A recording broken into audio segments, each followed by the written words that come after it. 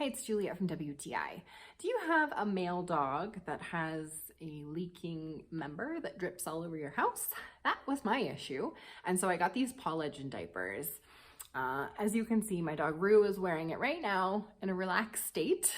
He doesn't mind wearing them at all, and it has solved the issue. So I was a little bit worried initially that he wouldn't want to wear them or that it would be uncomfortable, but they're super comfortable for him. He has no issues whatsoever, and he can be kind of annoying that way. So I gave him a lot of treats the first few times I put them on for a short period, and then after that, smooth sailing. I'd like to say they are also very easy to wash.